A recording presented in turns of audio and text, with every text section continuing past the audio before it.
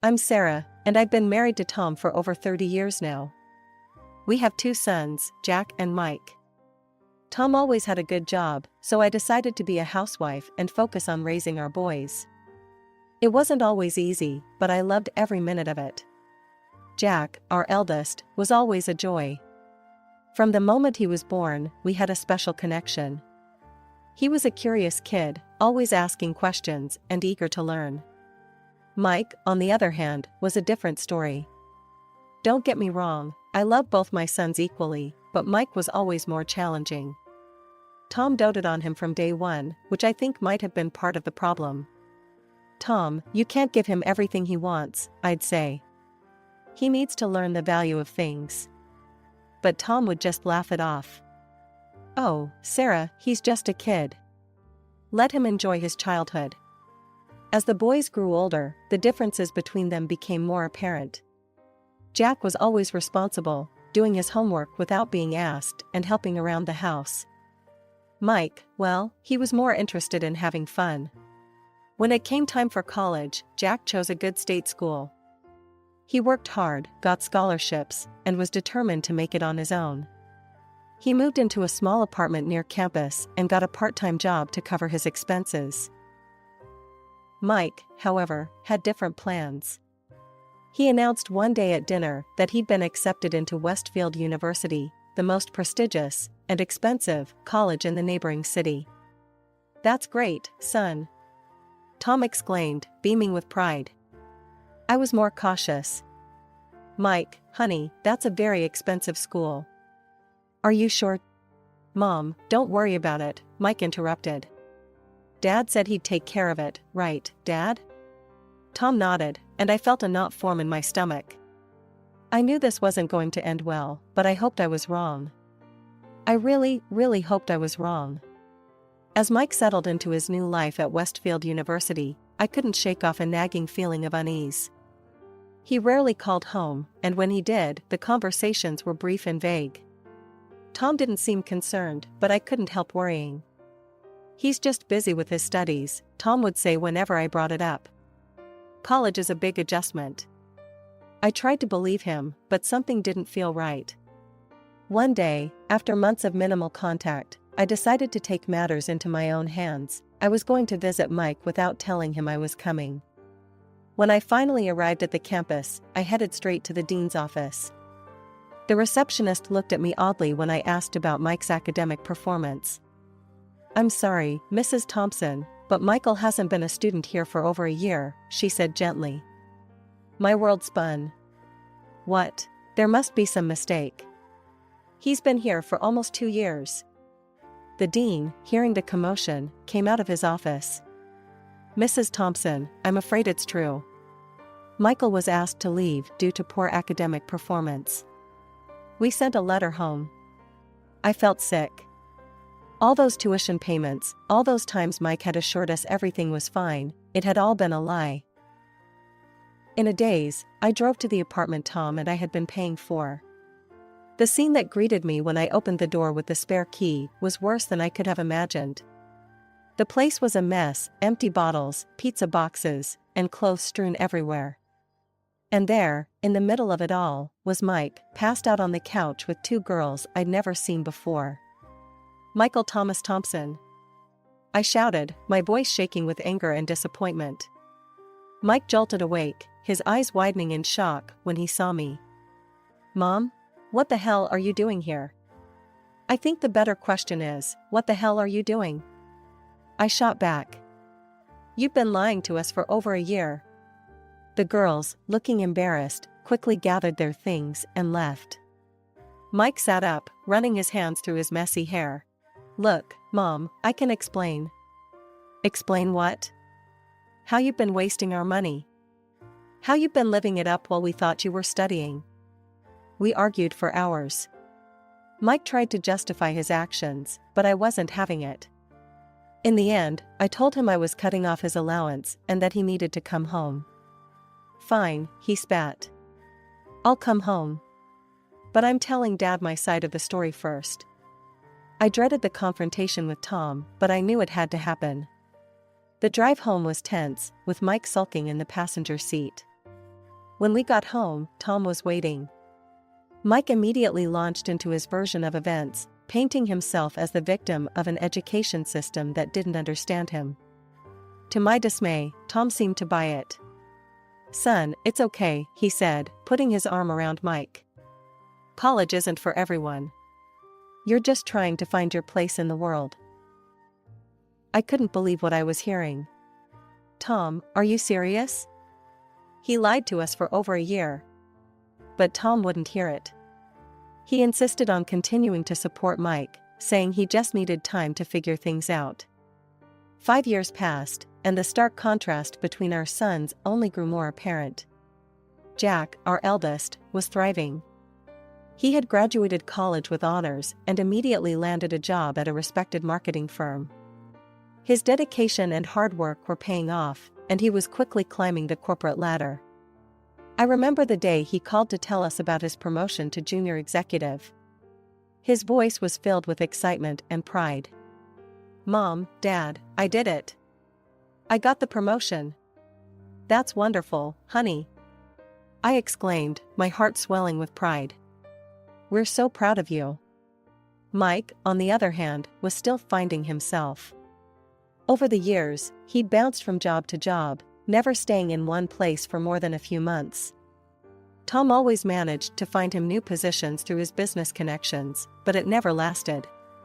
I tried to intervene, to push Mike towards independence, but my efforts were always rebuffed. "Mom, you just don't get it," Mike would snap. "I'm not like Jack. I can't just settle for any boring office job." It was during this time that Jack met Emily. She was smart, kind, and hardworking, a perfect match for our son. When Jack told us they were getting married, I was overjoyed. "We're planning the wedding ourselves," Jack explained over dinner one night. "We've been saving up, and we want to do it our way." "Are you sure you don't need any help?" Tom asked. "We could contribute." "No, Dad," Jack said firmly. "We appreciate the offer, but we've got this covered." The wedding was beautiful in its simplicity. Jack and Emily had planned every detail meticulously, and their love for each other was evident in every aspect of the ceremony. It was at the reception that Mike dropped his bombshell. "So," he said, sidling up to Tom and me, champagne glass in hand, "I think it's about time I settled down too. I met this girl, Tiffany. We're getting married." A week later, we met Tiffany. She was pretty in a flashy sort of way, with bleached blonde hair and long, manicured nails. But there was something in her eyes that made me uneasy, a calculating look that didn't sit well with me. "It's so nice to finally meet you," Tiffany gushed, her voice syrupy sweet. "Mikey has told me so much about you both." As the evening wore on, it became clear that Tiffany had expensive tastes. She kept dropping hints about designer brands and luxury vacations. When the topic of the wedding came up, my worst fears were confirmed. "We're thinking a destination wedding in the Maldives," Mike announced. "Nothing but the best for my girl." I opened my mouth to object, but Tom beat me to it. "Of course," he said warmly. "Anything for my son's happiness." As Mike and Tiffany left that night, I turned to Tom, my voice low and angry. "Are you out of your mind? We can't afford a wedding like that." Tom waved off my concerns. "Don't worry, Sarah. I'll figure something out. Mike deserves a nice wedding too." But the expenses didn't stop with the wedding. Soon after they returned from their honeymoon, Mike and Tiffany were at our door again. "Dad," Mike began, his voice serious. "Tiffany and I have been talking, and we think it's time we got our own place." I held my breath, waiting for Tom's response. To my horror, he didn't even hesitate. "Of course, son. What did you have in mind?"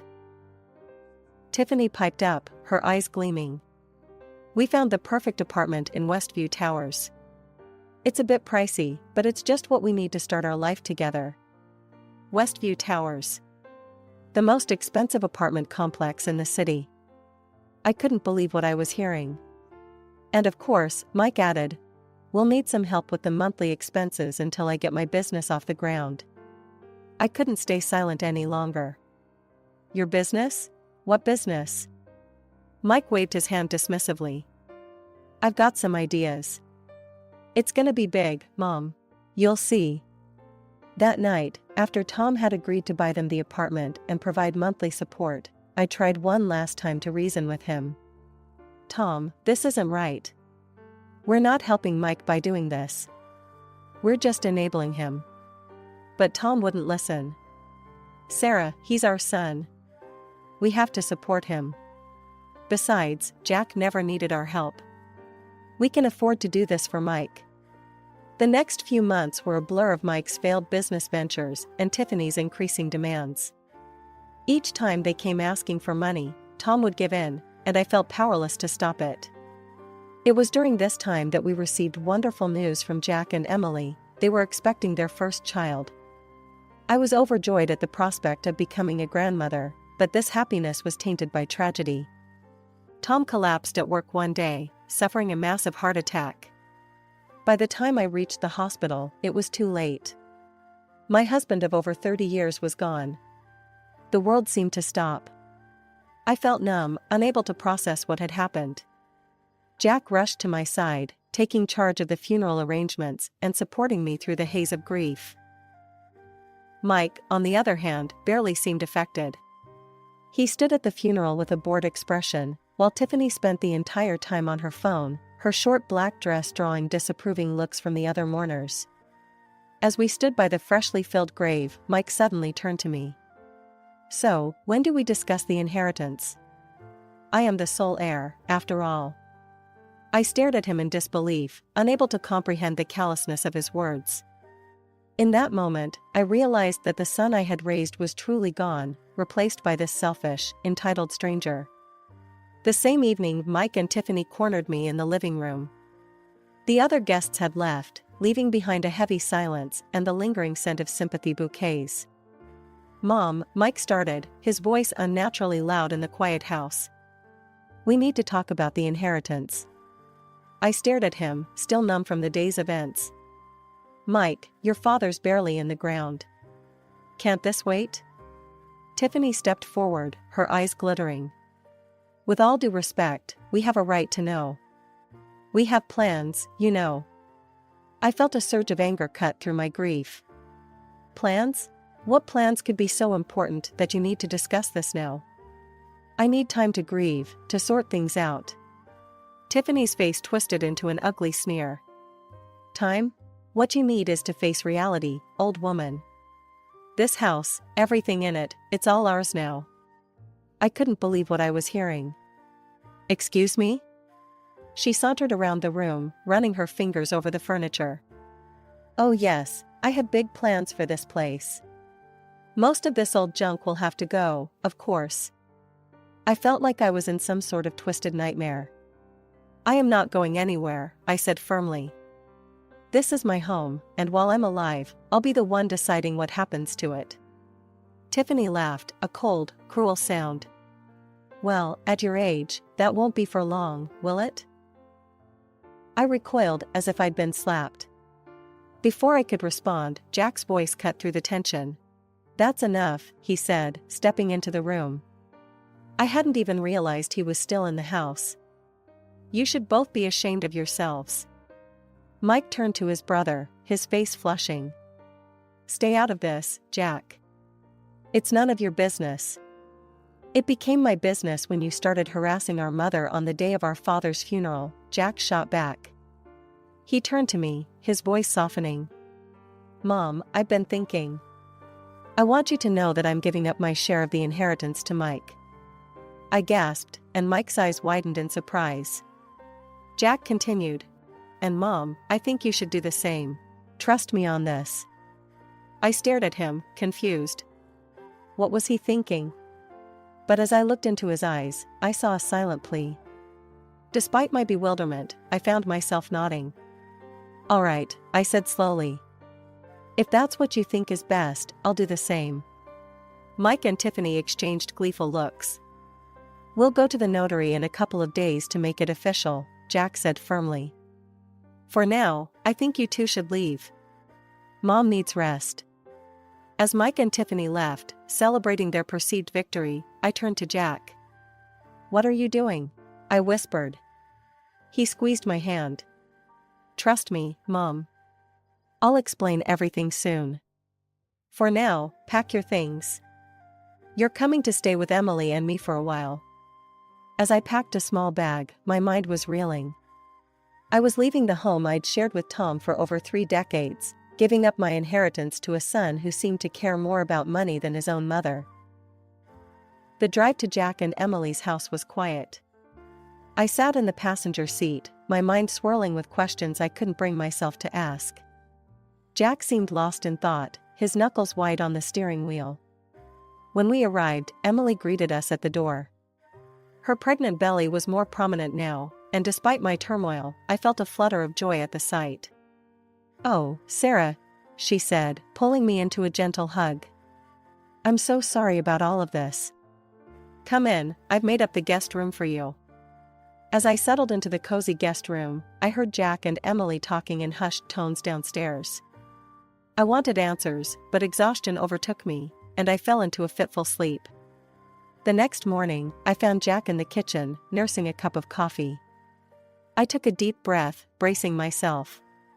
"All right, Jack. What's going on? Why did you ask me to give up the inheritance?"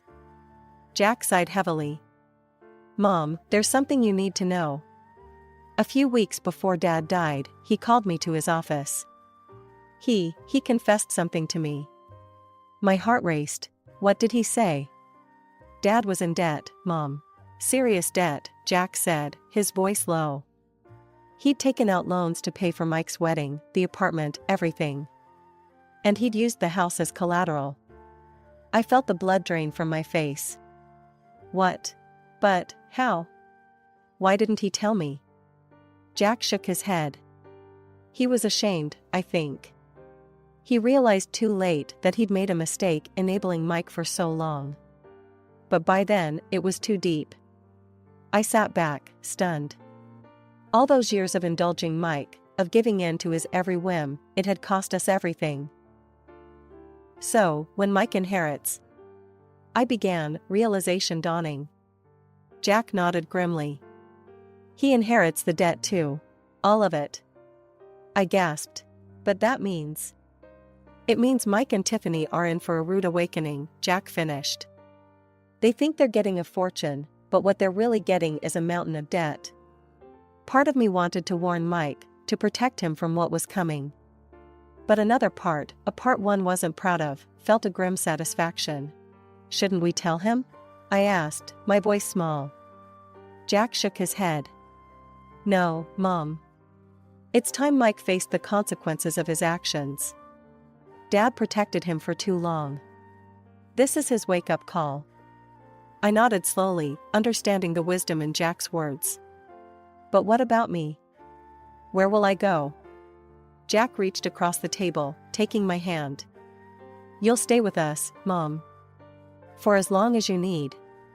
We've got plenty of room, and we'd love to have you here when the baby comes." Tears welled up in my eyes. "Oh, Jack. I don't know what to say." Emily joined us then, her hand resting on her belly. "Say yes, Sarah. We want you here." A few days later, we went to the notary's office to officially sign the waiver of inheritance. Mike and Tiffany were there, barely containing their excitement. As we signed the papers, I could see the gleam of triumph in their eyes. After the notary confirmed the documents were in order, Mike turned to me, his face twisted in a cruel smirk. "You know what, Mom? I've never loved you," he spat, his words dripping with venom. "You always tried to control me, always forbade me from spending money. And now look at you, a homeless old woman. I couldn't be happier." Tiffany laughed at his cruel joke, hanging onto his arm as they sauntered out of the office, heading to what used to be my home with Tom. The days following the notary visit were a blur of emotions. I tried to keep busy at Jack and Emily's house, helping with chores and preparing for the baby's arrival. But Mike's cruel words kept echoing in my mind, reopening wounds I thought had long since healed. One morning, about a week after we'd signed the papers, I was helping Emily fold laundry when my phone rang. The number was unfamiliar. "Hello?" I answered, a hint of trepidation in my voice. Mrs. Thompson, a cheerful male voice responded. This is Marcus from Lakeview Estates. I'm calling to inform you that your new home is ready for you to move in. I nearly dropped the phone. I'm sorry, there must be some mistake. I don't have a new home. Marcus chuckled warmly. No mistake, ma'am. Your late husband, Mr. Thompson, arranged everything. The mansion in our community is fully paid for and ready for you to take possession. As Marcus explained further, I felt my knees go weak. Emily rushed to my side, concern etched on her face. Sarah? What is it? What's wrong? She asked, helping me to a chair. I relayed Marcus's words, my voice shaking with disbelief. Tom had secretly invested in a beautiful home for me, separate from all his other assets. He'd made sure I would be taken care of, no matter what. Jack came home early that day, and we drove to Lakeview Estates together. As we pulled up to the address Marcus had given us, I gasped. The house, no, mansion, was stunning.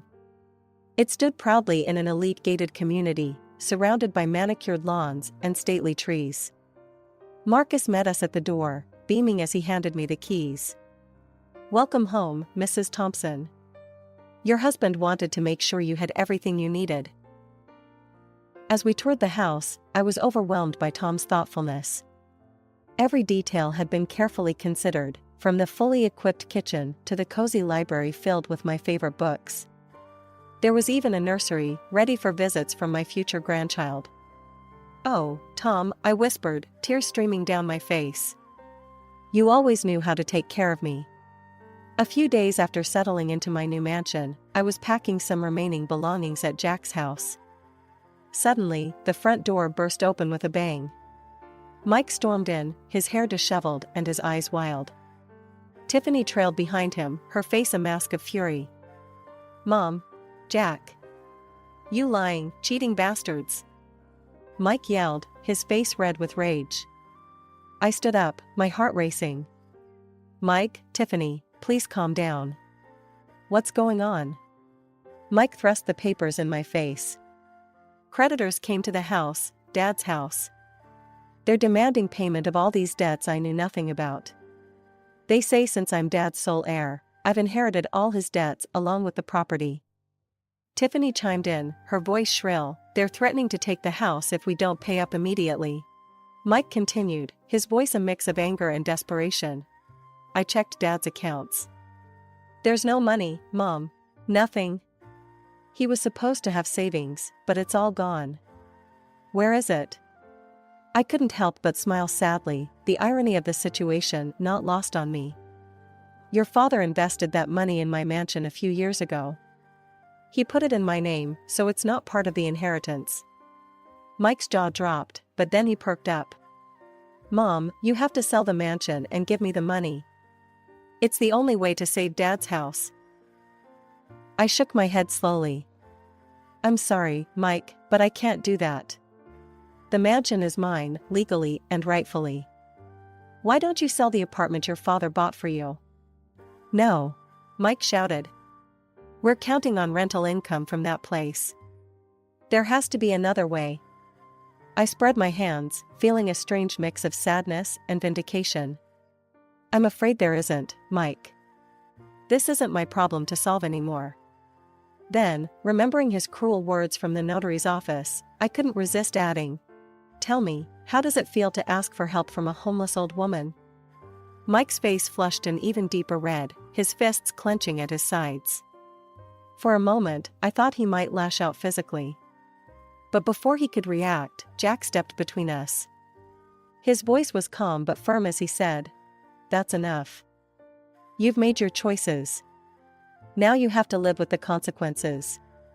Get out of my house. With a firm hand, Jack escorted Mike and Tiffany to the door, closing it behind them with a definitive click.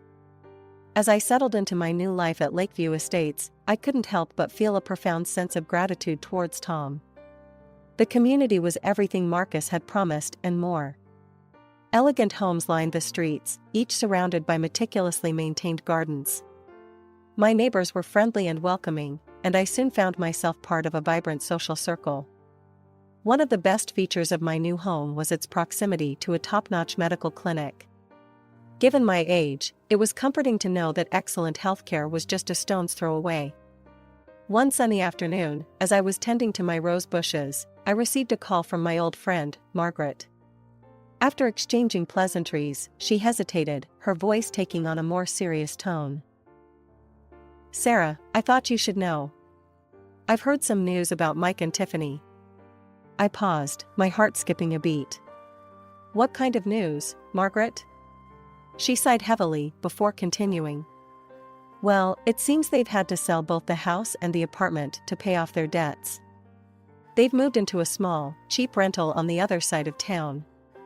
I absorbed this information silently, a mix of emotions washing over me.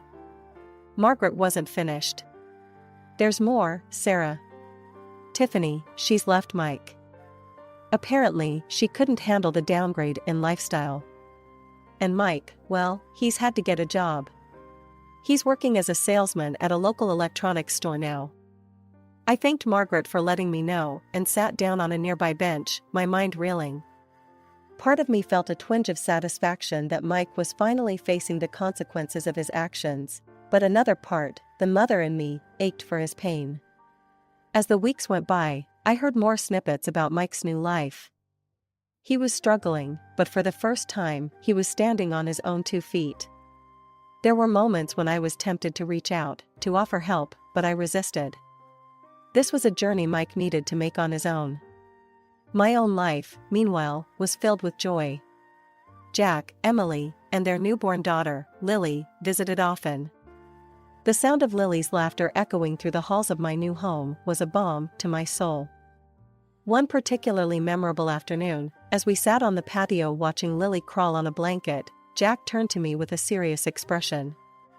"Mom, I've been thinking about Mike," he said cautiously. I nodded, encouraging him to continue. "I ran into him at the grocery store last week. He looked different. Humbled, I guess. He asked about you. I told him you were doing well. That you missed him. Was that okay?" I reached out and squeezed Jack's hand. "It was perfect, honey. Thank you." As I watched Emily scoop up Lily, peppering her chubby cheeks with kisses, I felt a sense of peace wash over me. Life had taken unexpected turns, bringing both pain and joy. But sitting here, surrounded by the love of my family, I knew that everything would be all right. Everything would be all right.